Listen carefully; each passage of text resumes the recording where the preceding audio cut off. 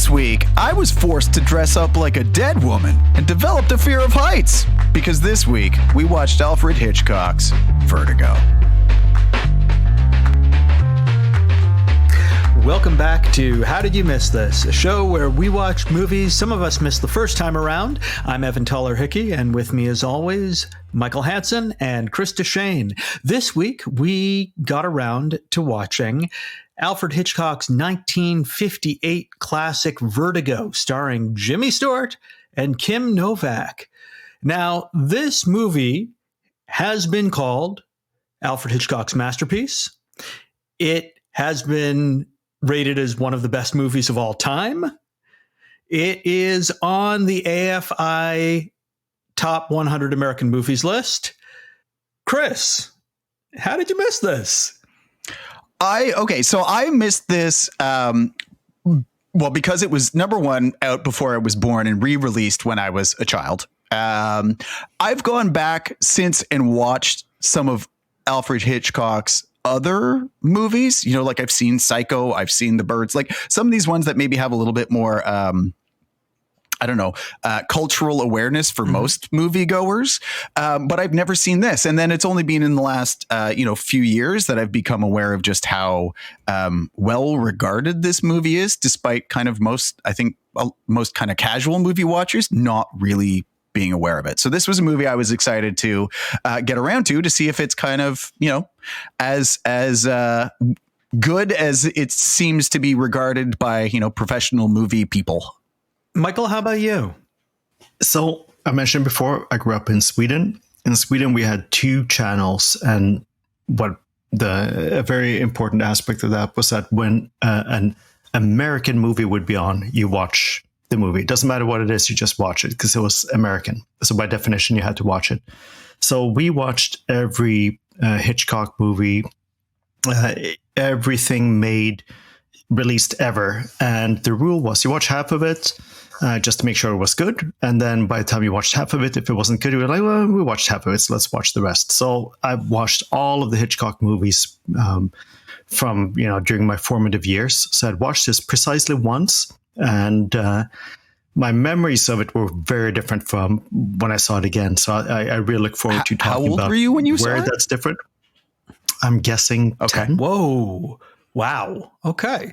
I was 20 when I saw this movie and watched it 2 or 3 times within a space of 2 or 3 weeks. We were, myself and my roommates were in a film course, and we had watched Psycho during that film course. And then we're like, whoa, okay, we really need to go and check out the other Hitchcock films. It was the first time that any of us had seen Psycho from beginning to end. And you have expectations of these films because they are so kind of ensconced in pop culture, like you were saying, Chris. And then you realize, there are twists in there that you don't know.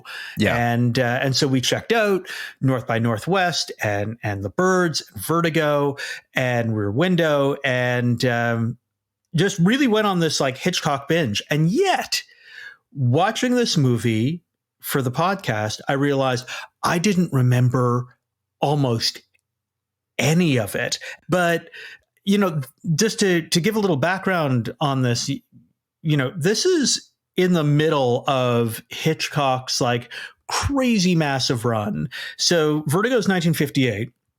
In 1954, he does Dial M for Murder and Rear Window. 1955, To Catch a Thief and The Trouble with Harry, which is, definitely one that kind of a sleeper one. 1956, The Man Who Knew Too Much and The Wrong Man. 1958, Vertigo. 1959, North by Northwest. 1960, Psycho. 1963, The Birds. And so, that's huge. He is crushing it in Hollywood at the time. And he's got Jimmy Stewart in the lead on this, who he had worked with multiple times before. And Kim Novak making her sort of Hitchcock debut, or her only Hitchcock film here as the leading lady. This movie underperformed, shall we say? Chris, what would you say the initial reception to this film was? Yeah, well, it's an interesting point because the four of the movies you just listed now have an amazing view on them, right? Rear Window, Vertigo, North by Northwest, and Psycho are all on the American Film Institute's top 100 movies. But those have all crept up over time. And Vertigo was one of the ones that wasn't initially on most people's list because the initial reaction was bad. Like most people did not like it. It made back its money. It had an okay box office. It made about $8 million when it was released in 1958. It had a budget of $2.5 million. But for a Hitchcock movie, that wasn't great. It was definitely under expectation for what people had expected it to do. And a lot of that just came back to the initial reception of this was that it was like, nah, it's too long. It's too complex. It's too, like winding of a story for what should be a straightforward thriller. And this thing doesn't really catch on until the 80s. Basically, Hitchcock bought back the rights to a lot of his movies in his lifetime. And when he died, his estate sold the movie rights back to Paramount. And then they re-released these movies in the 80s. And that's the point where the reputation really started to turn. Suddenly people are seeing it again. They see this remastered version of it. And I think there's something to do with the distance between the original release and having certain people like Scorsese and these other famous directors kind of hyping up all of Hitchcock's work as well. And I think we're going to talk about this. Maybe there's just a difference in cultural acceptance or something that's kind of come into place over the 30 years or whatever since its initial release. But yeah, the initial reception was not great. It was pretty mediocre. And one of my favorite reviews that I was reading for it was the tagline was not so much who done it, but who cares. Wow. That's brutal. I mean, is it any wonder Hitchcock himself got really angry around the film? He blamed Jimmy Stewart for the film's failure, saying that the age difference between him and Kim Novak, she was in her mid-20s, Jimmy Stewart in his 50s, that was they didn't make a believable couple. And all I can think of is like, dude, you cast them. Yeah. Like that's not Jimmy Stewart's fault. Like that is squarely on your shoulders. You are looking for some kind of scapegoat here. So it's amazing to me that this movie that he got really upset about, Bernard Herrmann, his composer, who's one of the true greats of the art, came to hate his own score on Vertigo. So like, the heavies here really just like denigrating this film. And yet this film is the one that's like, oh, this is Hitchcock's masterpiece. Here's what I think. It's like it would be, I really want to talk about this. It would be wrong to just kind of blame it on any one thing, because I think this movie works 100% for me, 80% of the time. And then something happens at the end. And I think for me, it falls apart. But all these things that we've talked about actually click. They work really well. And then, let's talk about the plot twist later and things going on. But I actually think that it's a really, really good movie, and I'd forgotten the ending. So for me, I was like, oh, I'm really enjoying this. And then I didn't enjoy it so much. So it's interesting, right? Like, I'll look forward to hearing your takes on where you see that fall apart. It's 93% on Rotten Tomatoes right now. 80% of the time. 80% of the time. 93% of the time, it's 80% of the time, it's 93% on Rotten Tomatoes. Michael, are you happy you revisited this film? I'm really glad I rewatched it. Like, this was something that together with all the other Hitchcock movies, in particular the Jimmy Stewart ones, that kind of they were all in the same grouping of movies that I thought these are really, really good. And so I was very much looking forward to watching it, and I'm glad I did.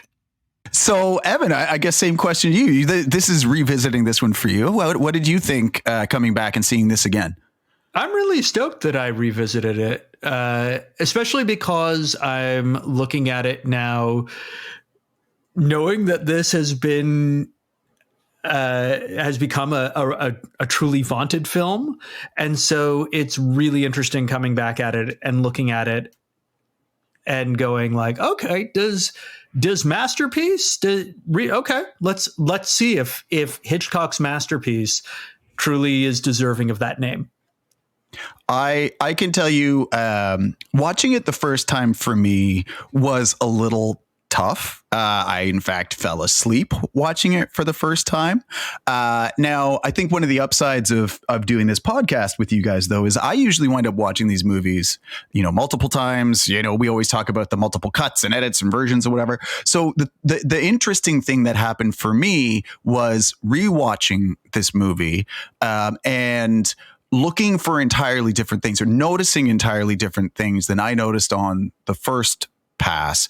And I think that's where you start getting into the really fascinating part of this movie, and where my appreciation grew every time I watched this movie. And I think that's partly where you can see maybe why it had those poor initial reviews and why it grew over time. Because what I found was I liked this movie more every time I saw it again. And so I don't know how I feel about it overall, because the first watch was rough, but I think pretty highly of some of it. Like Michael said, 80% of the time, it's a really great movie. So I'm very happy I've seen it. I definitely think if you're intrigued to watch what's, an acclaimed piece of film history, it's definitely worth the watch. I would warn folks that maybe, though, you're going to need to watch it more than once to get the appreciation or whatever out of it, though. So that was kind of my thinking. But maybe here's a good spot to take a quick break. And on the other side, we can come back and dig into all those things we thought about this.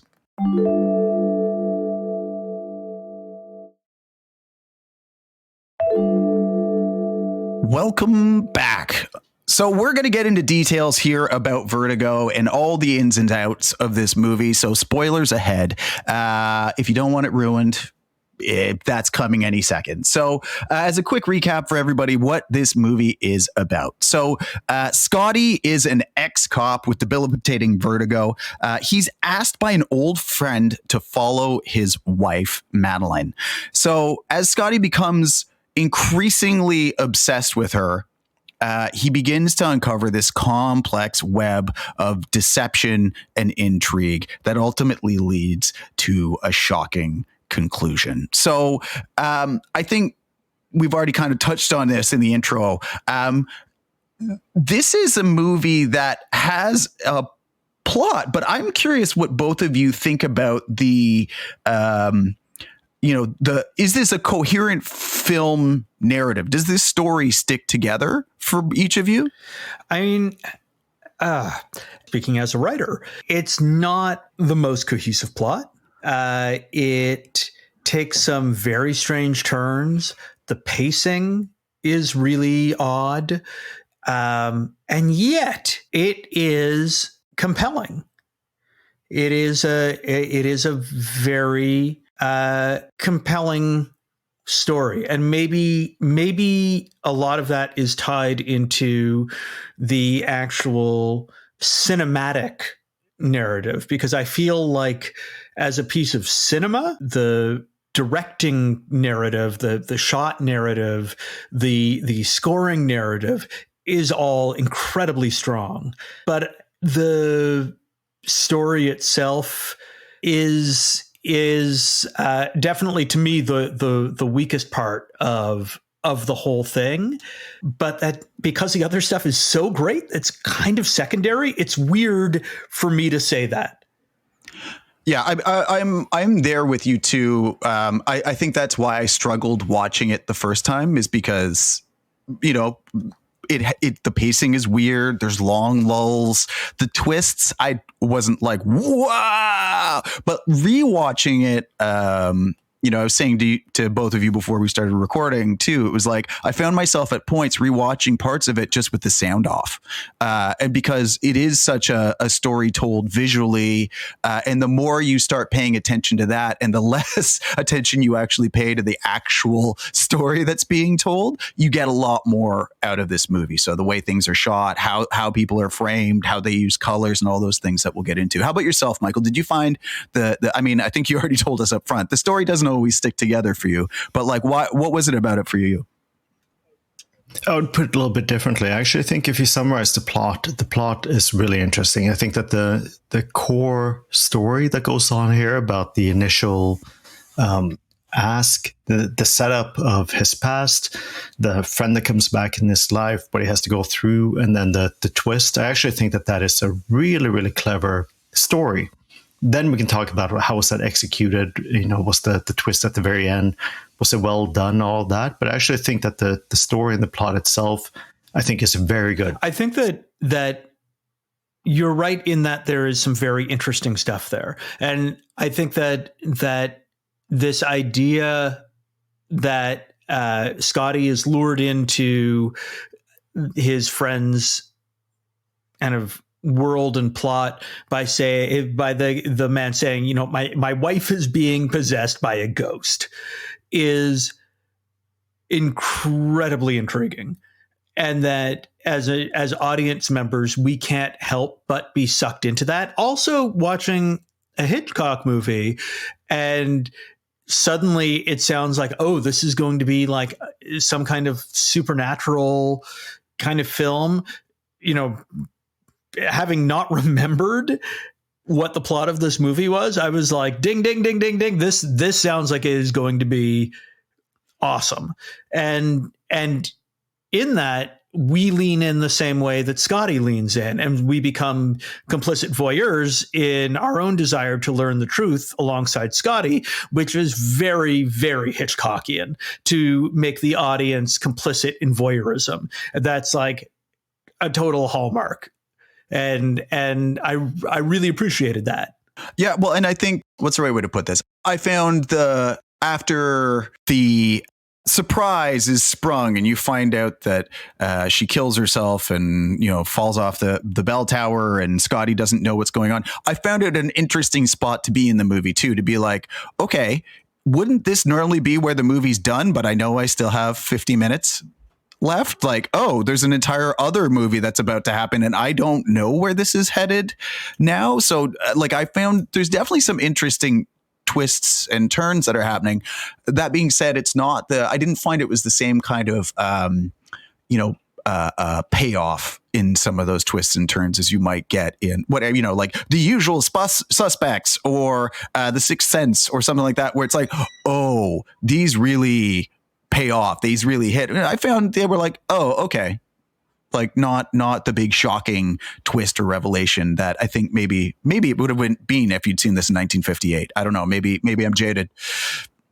Okay, so I think you mentioned that, but I actually don't think that this part is well written, because yeah, there's 45 minutes to go, but he doesn't realize the big twist, or it's not obvious until a little bit later down.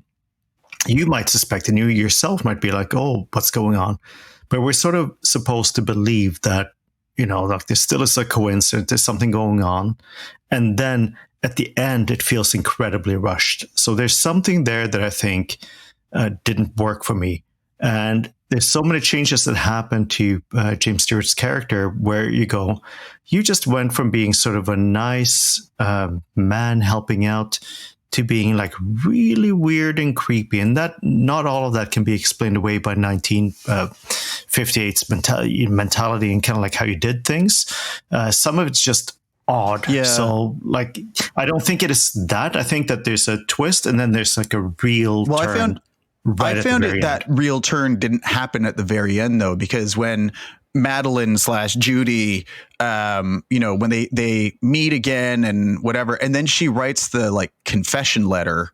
Exactly. I found that to be very anticlimactic because you find out 80% of the way through the movie what's actually happened, what the twist was, and then you're like, okay, there's still half an hour left, so now what's going to happen? Yeah, I feel like we need to let the people who haven't watched the movie, who are listening to this for some reason, the twist is that the woman that he thinks has killed herself, that he has fallen in love with, is actually still alive, and that she was an actress playing the role of his old friend's wife so that his old friend could murder his wife and get away with it.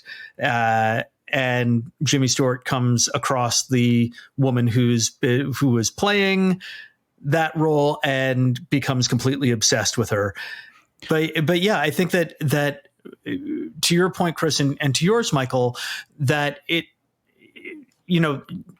I agree that yeah, Jimmy Stewart doesn't realize till like 5 minutes from the end that he has been, completely obsessed with the actual woman that he was kind of in love with, who was playing a different woman.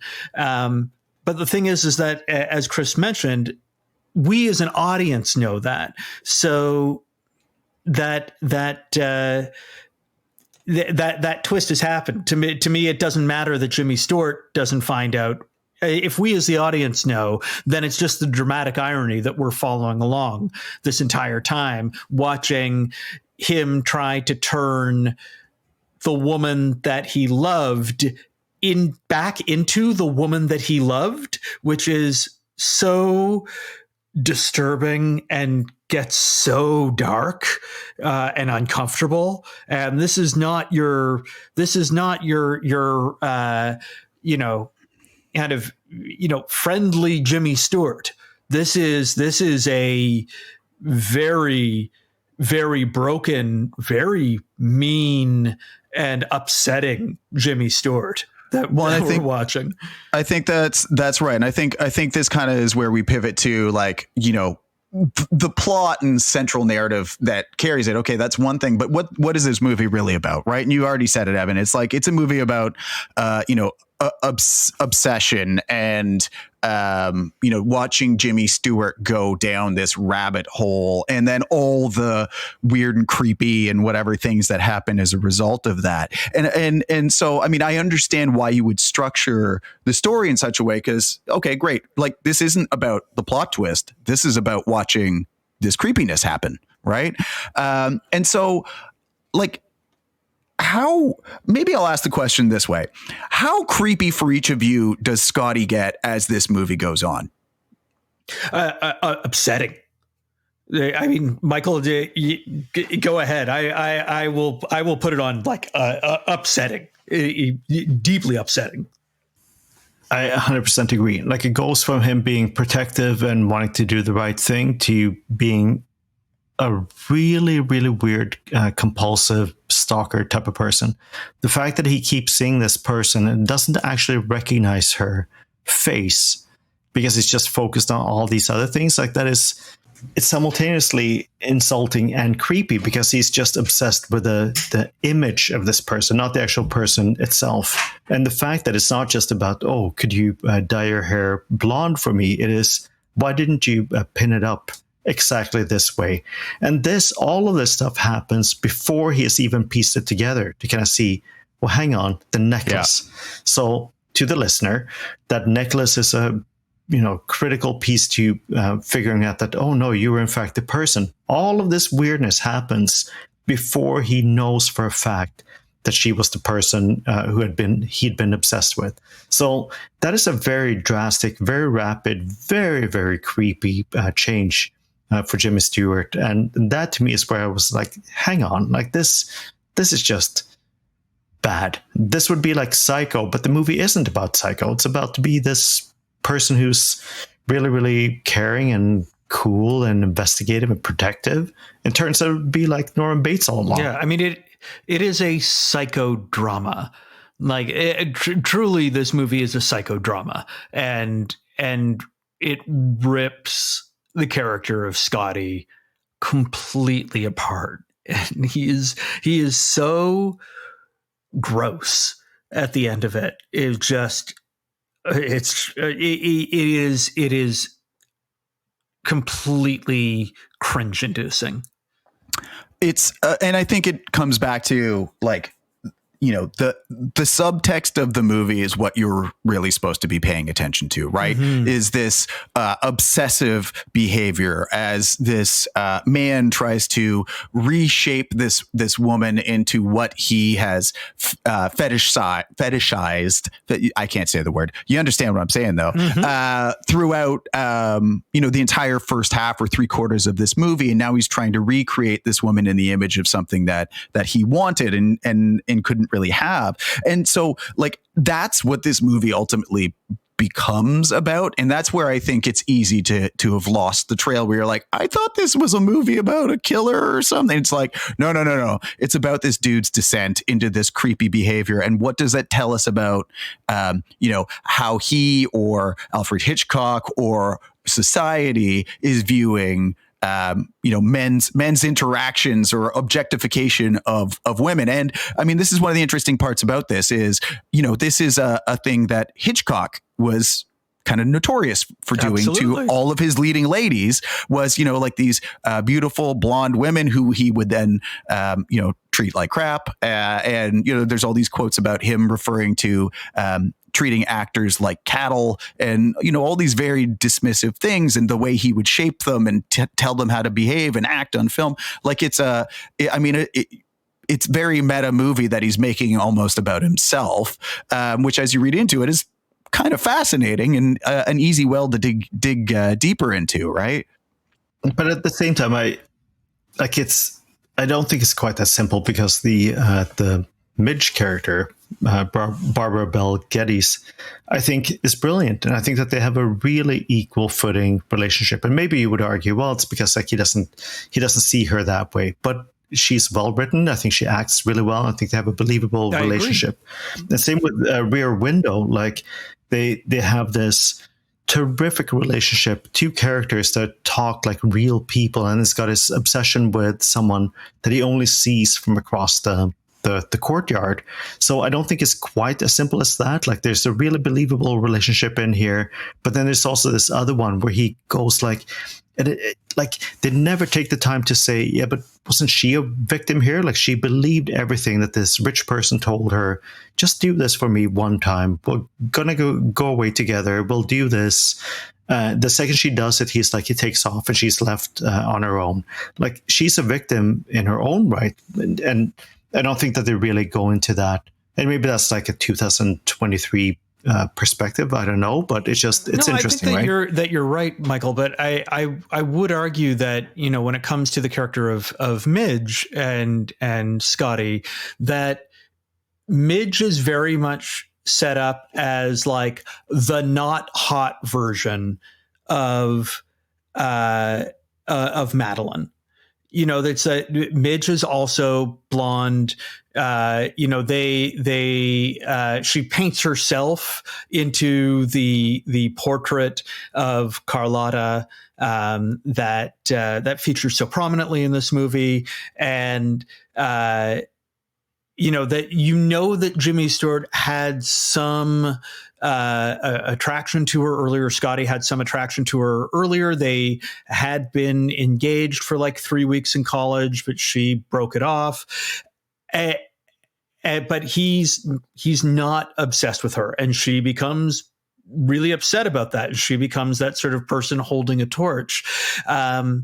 She just can't. And I think that this comes back to Hitchcock's own eye towards women and beauty and the fetishization that he has of these stars that he puts on screen. That the character of Midge she's a Hitchcock 6 or whatever to Novak's 10, right?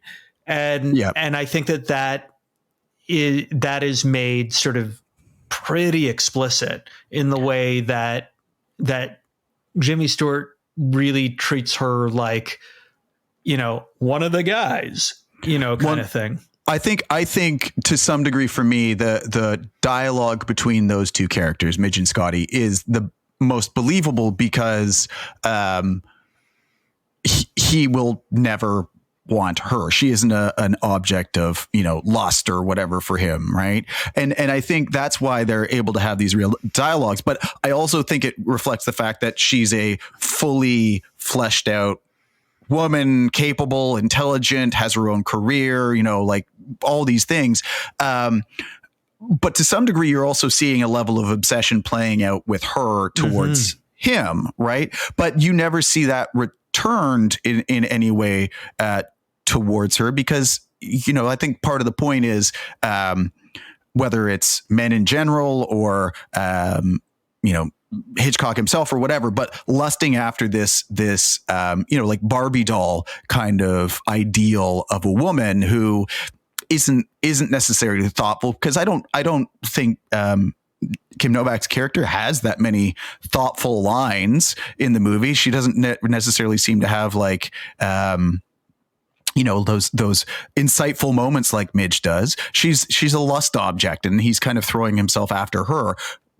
Midge doesn't enter into that kind of equation, but is trying to get his attention, tries to do those things to get his attention in that way. And then it doesn't ever pay off. But I think this is maybe an interesting thing that comes up throughout the movie too, is this idea of your past infiltrating your present. Now, I mean, they introduce it as a ghost from the past of a dead woman has taken over Madeline. But this is the thing that comes back over and over throughout this story of things coming back, right? We have these Madeline, who apparently has killed herself, coming back again in the form of Judy, who's in fact the same person. We have these repeating bits of the storyline that come up throughout of these bits and pieces that play throughout. The story itself has some of that, but when we actually look at how this movie looks, the cinematography and how it's shot, oh boy, do you ever get the point of these repeating patterns that we see, because we see them revisiting the same locations. We see them revisiting the same exact shots throughout this movie as we kind of play this out. And as you play the story forwards, you see them revisit those locations and shots again as you feel yourself kind of going down this path. So talk to me a little bit about like that visual style and how that story plays out cinematically, even maybe more so than in the actual narrative. Well, I think that you hit on that really well, Chris. And one of the visual hallmarks of this film is spirals. Mm-hmm. And, spirals, continue to, depending on which direction you're going, kind of continue to go in on themselves or back out on themselves. And that is what this movie does. Those repeated shots, those echoes, they're not always the exact same, but you feel like you've been here before as the things spiral out of control or sort of spiral in on themselves tighter and tighter and tighter until everything kind of snaps. Well, I mean, they set it up right at the beginning of the movie with, Jimmy Stewart's character nearly falling off the roof, and then the police officer falling, and you get that first. I mean, it's the most famous shot from this movie, that Vertigo shot. Zoom. Yeah, and I mean, that sets up the tone for the movie. Is this, this guy who's has this moment, and that spiraling pattern of that cop falling to his death then repeats itself over and over, and that's a setup for his main issue throughout this movie, which is I can't go up tall things. Yeah, I would argue, and Michael, back me up here, that happens even before then, because we have these opening credits from Saul Bass, who is the designer of Hitchcock's movie posters, which are iconic even in and of themselves. And Saul Bass designed the title sequence in this first film ever to use computer animation. Lots and lots of spirals in these opening credits. And that's really like taking you just really off the top. Like, this is going to be a trip. Yeah, I think it's interesting you say that, because there's a fine line between doing a thing, recurring themes, and it becoming a gimmick. So look at, for instance, like 2001: A Space Odyssey. When you look at the 29-minute sequence at the end, just because we were able to do it, should we have done it? Like, there's something there about the spinning thing that, okay, so fine, we get it, let's move on. But in terms of visual kind of like callbacks and things, I actually didn't think anything was overdone outside of some of the spinning things. I thought there was an excellent visual aesthetics, and it's good that you mentioned Saul Bass, because like this movie, you see the influences later, like Saul Bass with Catch Me If You Can, the Spielberg movie, the intros, the visual aesthetics of it. You see Edith Head with Incredibles, and just the fact that they even like created a character after her. Like, there's just incredible visual aesthetics throughout that I thought they did exceedingly well. And I never really picked up on anything negative around, like, well, are there recurring themes? I just thought that it was beautifully handled. I thought this was like, all the aesthetics were there from start to finish, possibly overplayed with the spinning, but that was such a core part of his Vertigo thing. It was just more related to the pacing at the very end of the movie, like I said, around, okay, so this time we made it up the winding stairs, and then within 12 seconds we wrap up the movie and it's done, like that. But that's, to me, more to do with the editing and the. I mean, I found some of the use of the spirals throughout. So like the the swirling flowers, the braids in the hair, or the bun in the hair, and some of those shots as you revisit them, and you feel Jimmy Stewart starting to go a little cuckoo. Like, I found those compelling, and I found those added to that sense of. Well, I mean, like, he's falling into a spiral, right? Like, he's falling down this hole, and it's not making sense, and he doesn't understand what's happening. And as a viewer, you're like, I don't know what's happening right now either. What is happening? Because I'm getting kind of lost and freaked out by all of this.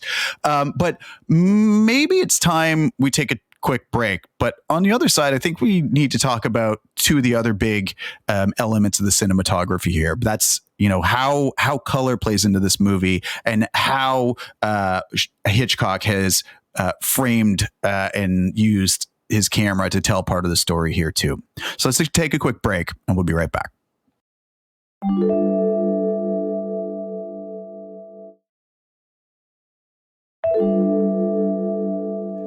And we are back, and we're going to talk about color.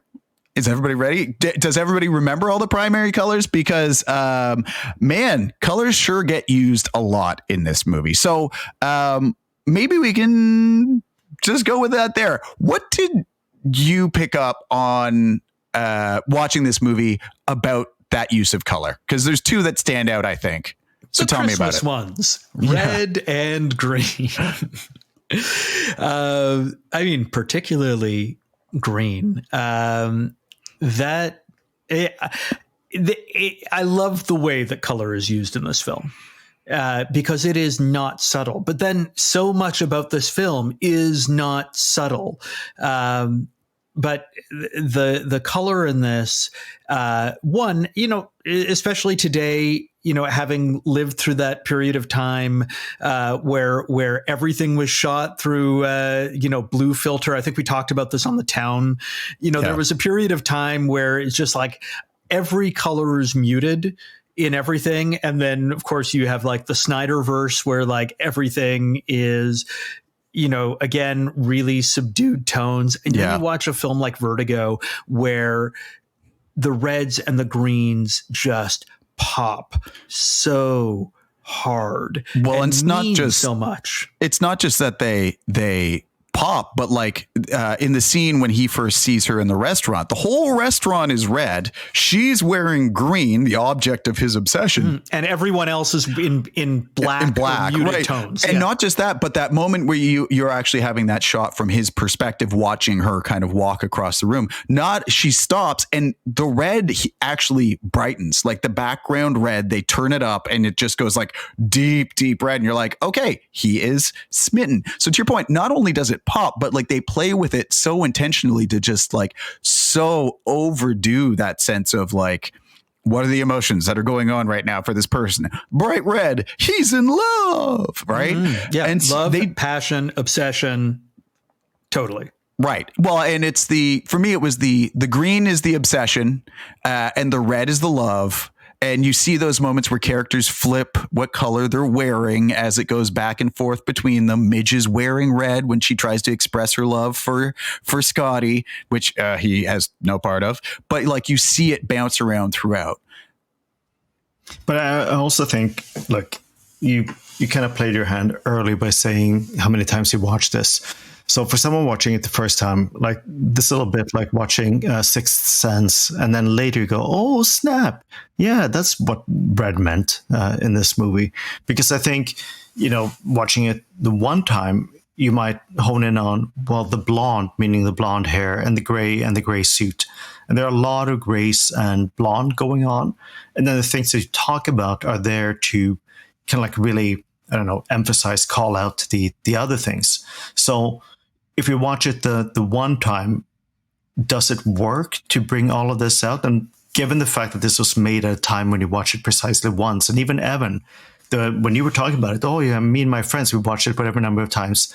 Well, la-di-da, like we didn't have that luxury. It showed exactly once on Swedish television channel 1. And if you missed that one time, it's like you get to watch it maybe again 20 years from now.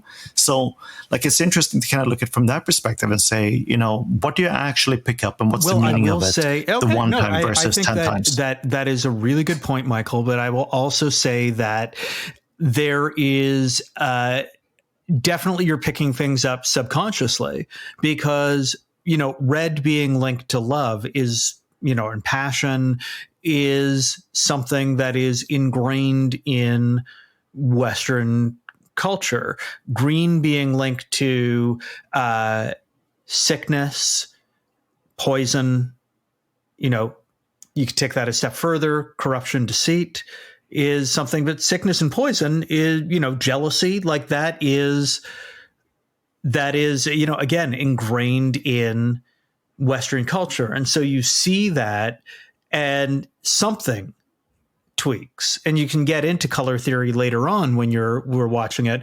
It's the same way that the cinematography, the way that Hitchcock blocks his actors and his camera movements, the way that he plays with power dynamics in terms of like who's standing, who's seated, how is the shot framed, who's getting an up shot, who's getting a down shot. And so all of these things are, the first time you watch it, you might not be clicking on it, but subconsciously they're telling you this person is in charge. This person is, the one of who's lower status at this moment in this scene. Oh, the power dynamics are shifted. Oh, now this person's moving in. And so they're shifting the power dynamic again. They're reeling this person in. And while you can, go back and really bring that eye to it later, all of that plays subconsciously as you watch it. And that is powerful. I think I'm definitely with Michael here, especially having watched it the first time where I struggled to get through it because I didn't love the plot. And I think it's much more interesting to watch the second time where you can ignore the plot and be more observant for these things, and, be much more willing to be like, hold on a second, what just happened there? I'm going to go back and rewind that. Oh, now knowing the story that happens, now I can pick up on all of these nuances, because like, for example, when he sits down with his buddy Gavin in the beginning, when Gavin gives him this pitch, he sits down in a room full of picture frames where it's like, okay, right, you're being literally framed for the eventual murder of this guy's wife. And it's a room full of like an insane number of picture frames, right? Okay. I was just like, that's interesting. When I first watched it, didn't really notice it. When I come back and watch it again, I picked that up. And same as when he starts following Madeline, all the shots of Madeline are done through, are framed in a way where you're seeing her through doorways or with things in between, right? As if it's you don't have the full picture. You don't have the full understanding. There's, something unseen or whatever about this character, which again, the first time I'm like, well, Jimmy Stewart sure is a really crappy detective because he's following her really closely, like very closely. It's like, again, once you know the story, you're like, oh, Gavin hired him because he's a bad detective and he's not going to figure this out. But like when you're watching the first time, you're like, this dude's just creepy and like way too close. She's going to find him. But every shot of her is through these, doorways or whatever, where again, it's like you don't fully see everything, just as he doesn't see everything that's coming for him. But I don't pick that up on the first watch. The first watch was tough. And this is where I'd say, like, hey, if you want to go study this thing and you really want to get into the cinematography and how to visually tell a story and you want to dig deep on it, this is a great movie. If you want to have a good Friday night movie, I don't know. I actually think it's a brilliant point you're touching on to say, up to this point, I think we've talked a little bit about, what was your reaction watching this movie? Did you enjoy it? Would you recommend it?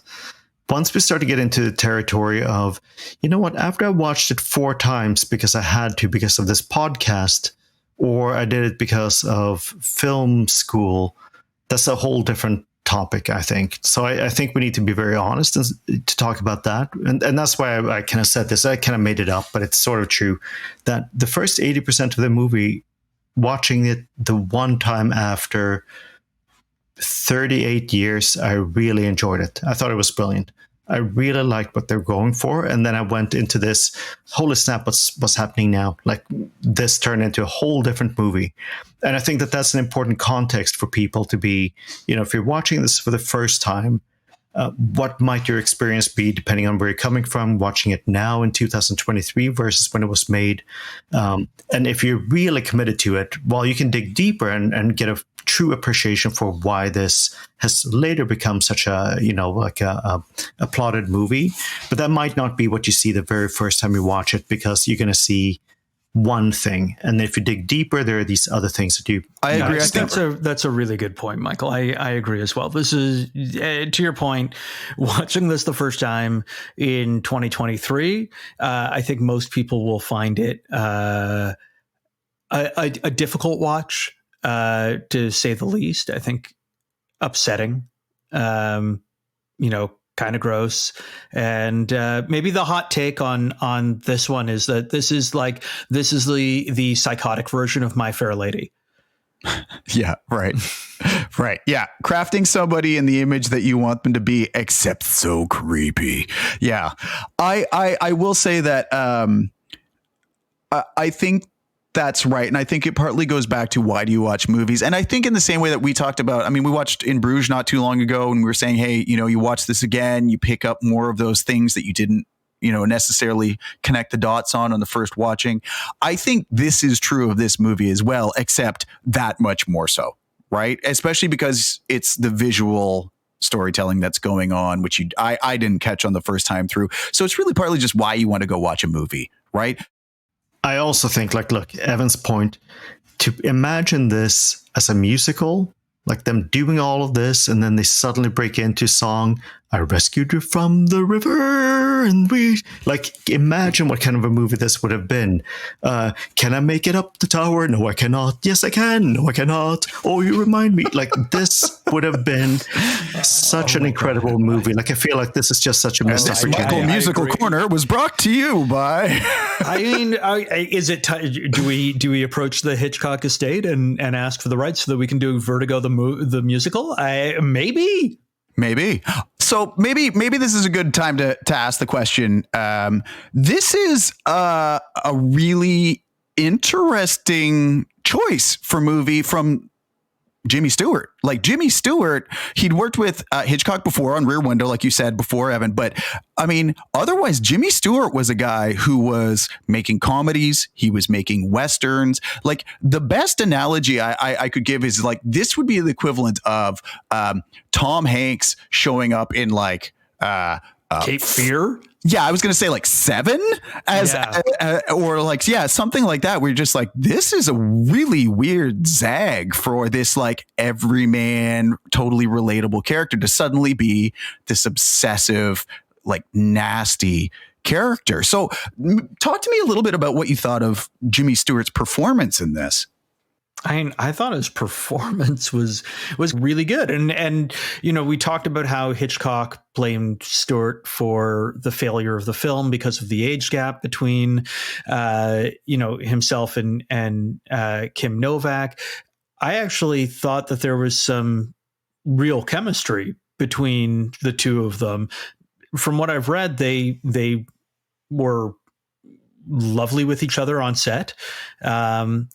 They worked together again after this too. Yeah. And, like the other thing too, is that I guess that age gap didn't really enter my mind because I was like, okay, 1950s. And also the buddy Gavin that he went to school with, he's like, yeah, I want you to follow my wife. So you've already set up like, there's an old dude with this, like, that's married this into woman, like a shipping family.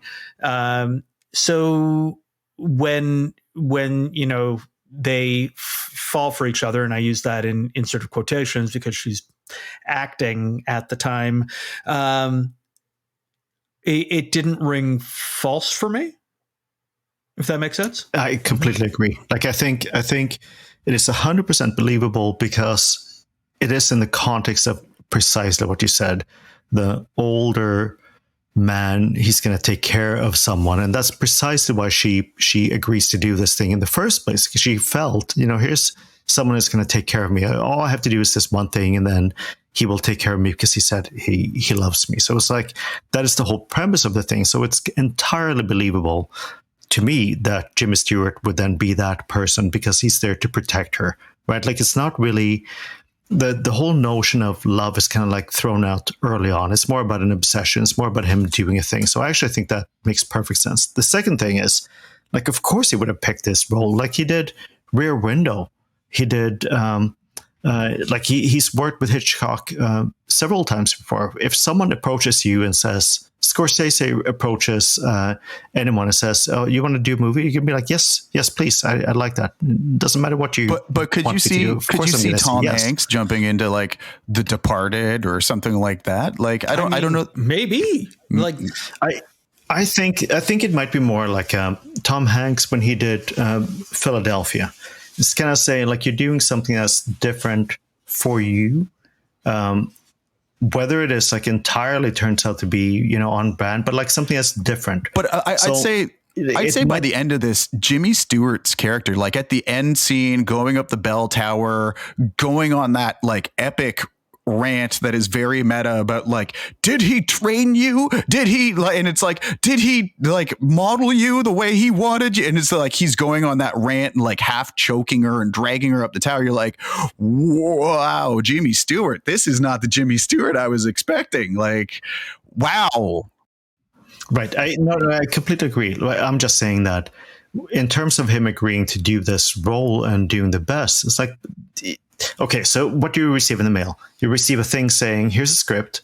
It's Hitchcock wanting to do a thing with these people. You're going to say yes. The second you say yes, you're going to do your best job. And I think that that's what he did. So like, I would never in a billion years blame him for doing this. And then maybe by the time you get to page 209, you go, oh, hang on. That's not Jimmy Stewart. Wait a second here. But you've already said, like, look, I'm going to do this thing. I'm going to do the best job I can. So I would never in a million years fault him I think he's for doing great. this. I think it was a smart choice. And I think he did exactly the best. It's just a very big deviation, and like, kudos for him, especially because this is one of two movies I think in his career that are like, dark and creepy and not on par with like, Western hero or beloved, every man who everybody can relate to. Like, I think what he does so well here is bring that creep factor where by the end of the movie, you're just like cringing with everything this guy is doing. Yeah. So don't get me wrong. Like I thought one of the things that he says, it was just like it was the creepiest thing. Cause he said, I need you to be Madeline for a while, and when we're done, you'll be free. And it's like that is like the creepiest, so weirdest hostage killer thing that you could possibly say. So that's for me. When I say 80% of the movie, I don't mean on average. I mean the first 80% of the movie, and then it takes a turn and it becomes a different movie where you go like, snap! Like, what's this? Cape Fear. This is just like, this is weird, and it's not on brand for him, even within the context of the movie, but. Yeah, I still think it was a brilliant choice for him to make. Everyone involved, I think that they had a chance to act really well. It's just that it falls apart in the end for me, where I went like this didn't lead up it's to a that. little much. But I mean, there's lots of other movies where I think that break in the third act goes bonkers and you're like, okay, I get it. You've chosen to make a crazy left turn here. I didn't necessarily follow it quite as well, but I think you're right, Michael. This is a cast of very limited number of people, right? I mean, ostensibly it's Stewart and Novak are the main like 80% plus of this movie. They are carrying this thing. That's right. And I think they both do an admirable job. And then you've got Midge and Gavin who play, the other 20%, along with some people who have some lines and are throwaway, right? There is the asshole judge who has 5% of the film, because that is a monologue that he delivers. Yes. And a nonsensical one at that, where it's like, wait, what? We're pinning this all in. Man, is this what the law was actually like in the 50s? Because this is insane. But yeah, I mean, I think it is a fascinating movie, especially when it's just driven by the performance of these two people for so much of it. One thing I definitely want to touch on before we get into some of the questions that I had was the sound in this movie and the score of this movie, because it's unique. It's great. I mean, Michael will probably have more to say about this than I do, because, he makes the music for this podcast. Ladies and gentlemen, All Music by Michael Hansen. But Bernard Herrmann, John Williams before John Williams. I could all those like long driving scenes where you're, riding shotgun with Jimmy Stewart tailing Kim Novak poorly. Yeah. Like I didn't want to turn off the sound like you did, Chris, because I just want to listen to the Bernard Herrmann score. It's so good, even though he ended up hating it because of the musicians' strike. So he wasn't able to conduct the orchestra like he usually did. He's very hands-on composer and conductor, but great. It's so good. Everything that Herrmann does, I just really enjoy. It's funny you mention John Williams, because like when I was thinking around later movies that have had these influences, I already mentioned Catch Me If You Can because of the striking visuals, the intro that like brilliantly captured this era. But the music has a different spin in that one. It's more playful, it's more dramatic. This really digs into, I think, more the emotional side. And I'm gonna say I didn't love it. I respected what it was doing. I thought it set the mood, but there's not enough for it to kind of stand out. Like there's not this is gonna sound terrible, but it's more like one of these big Marvel movies where it's more like a background mood, more so than I could not tell you a single score of a theme or everything going on in this. It's nothing memorable like from Psycho or anything where you go, oh yeah, that thing. It's a mood. The mood was incredibly well done, but it wasn't sort of like a score where I would say, oh yeah, that thing. you have to go back and listen to that every day of your life for the next 23 years. So I think it was competent, but it did not leave a mark the same way as many other movies would have for me. So before we go, I've got a few questions after watching this movie. So the first is, did each of you catch Hitchcock's appearance in the movie? Oh, yeah. Yes, I did. Right before. Michael, did you?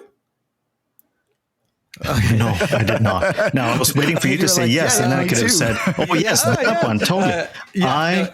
I looked for it because I'm so keenly aware that he would do like the Jackson thing in Lord of the Rings of like chewing a carrot or doing a thing, but no, I did not. So the establishing shot of the outside of Gavin's shipping office when Jimmy Stewart walks in before that big section of I'm in an office full of frames. I'm about to be framed.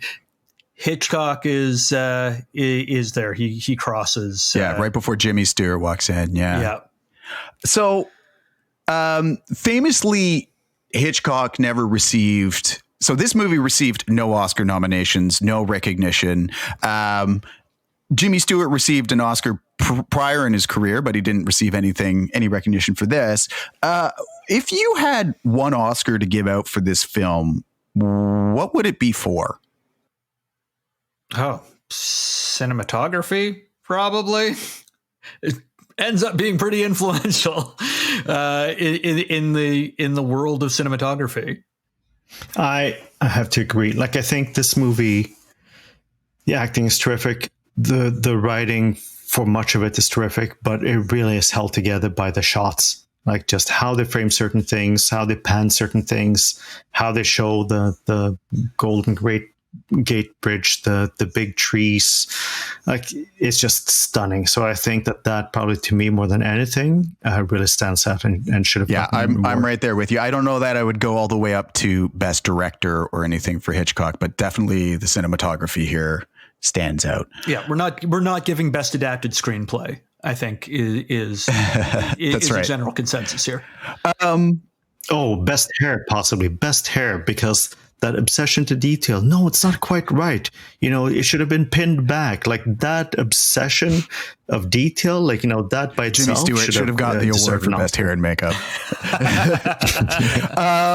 So an interesting question then, because as we talked about early on in this, there's a big disparity between how this is initially received and how it's perceived today.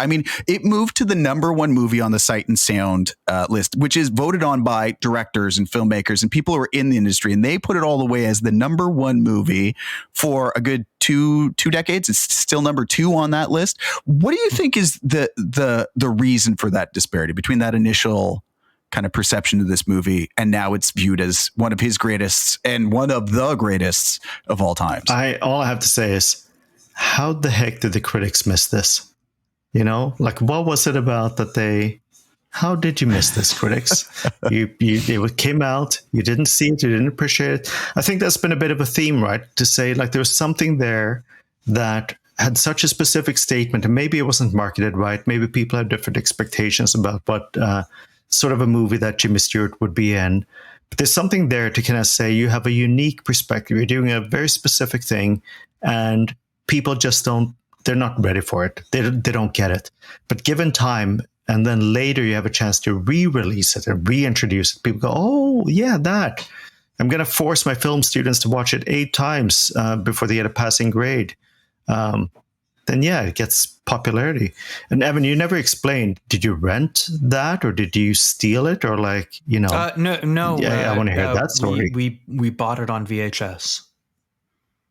Yeah. Yeah, that's a very likely story. We found it at the Salvation Army in the bargain bin, and we paid whatever it was, $1.50 for it, and watched it on VHS. So there you go. Hey, Evan, same question to you. Like, why do you think there's this disparity between, the 1958 release and the 2023, one of the best movies ever? No, I think it's a really good question, Chris. I think that there is a certain amount of cult status around Hitchcock. By the time this gets its re-release, that people can do the rewatching, and I think that that's something that has come up again and again in this podcast is, oh, I really enjoyed this again on the rewatching, and picked up more on the rewatching, and really this does become a bit of a masterclass in its rewatching in terms of the cinematography and the use of the colors and hair, makeup, wardrobe, and all of those things. You when you start deconstructing them, you go like, oh wow, this is really interesting. Let's see how did Hitchcock put that shot together, and how did he put that shot together, and oh, that's awesome. I love the way that he caught the Golden Gate Bridge, at that hour, and oh man, that looks so good.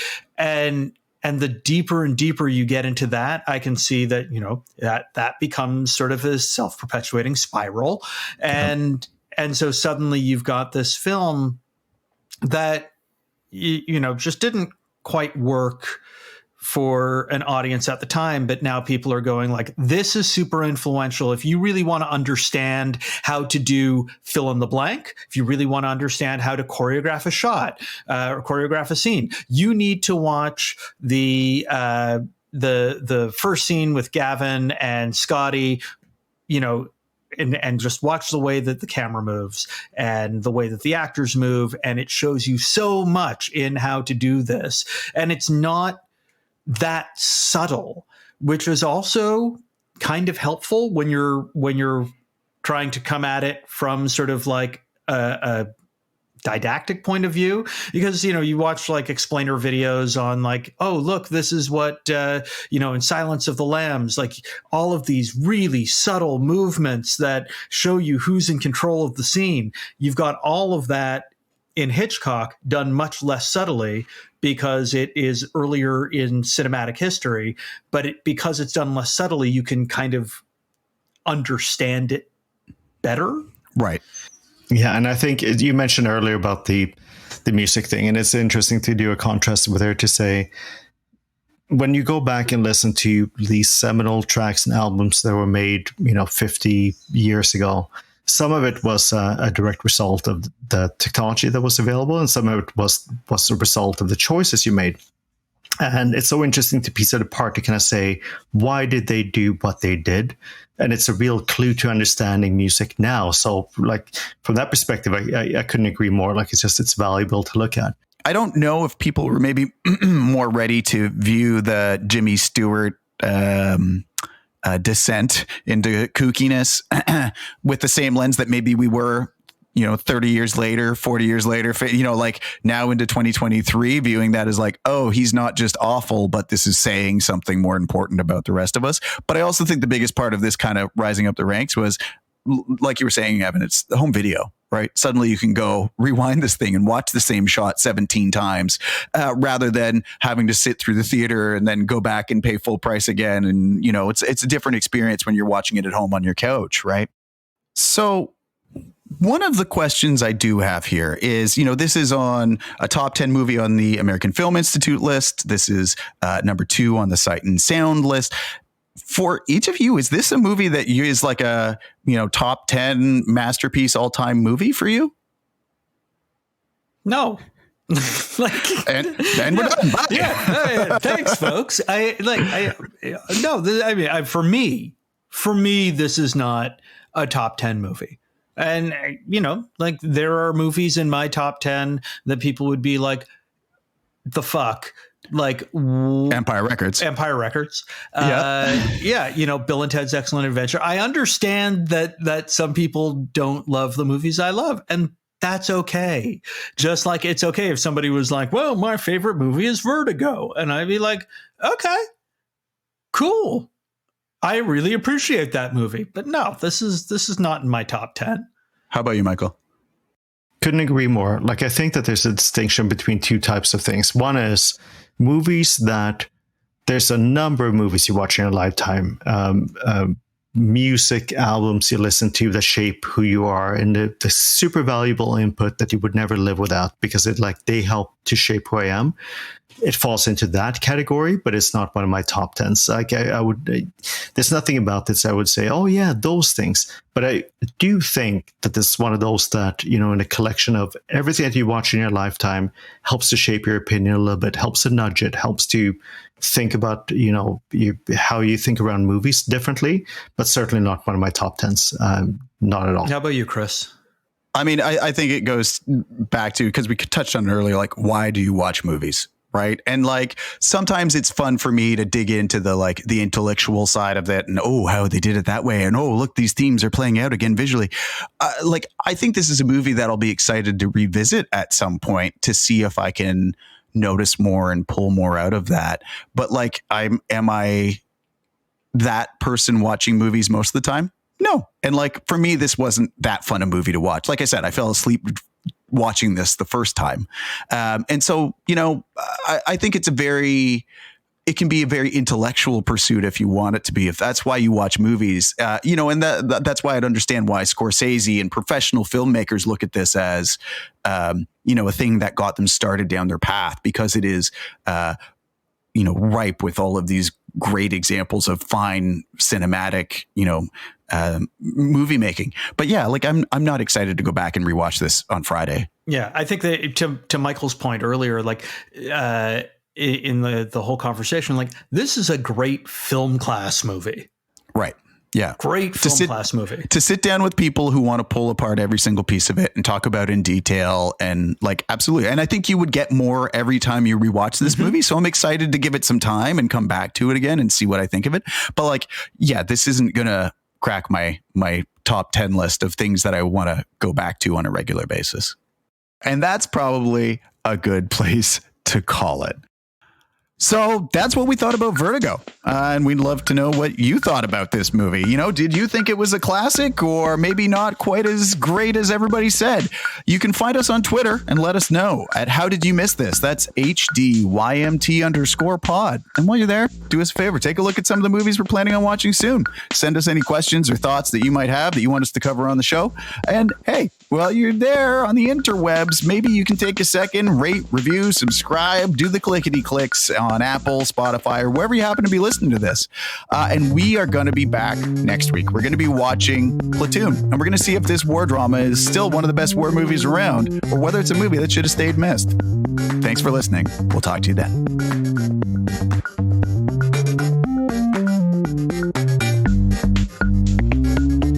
Blah, blah, blah, blah, blah. Translated from Alien, that's Evan Toller-Hickey. As always, with his human puppeteers, Krista Shane and Michael Hansen. That's the intro we should actually save for when we do like Mars Attacks or something.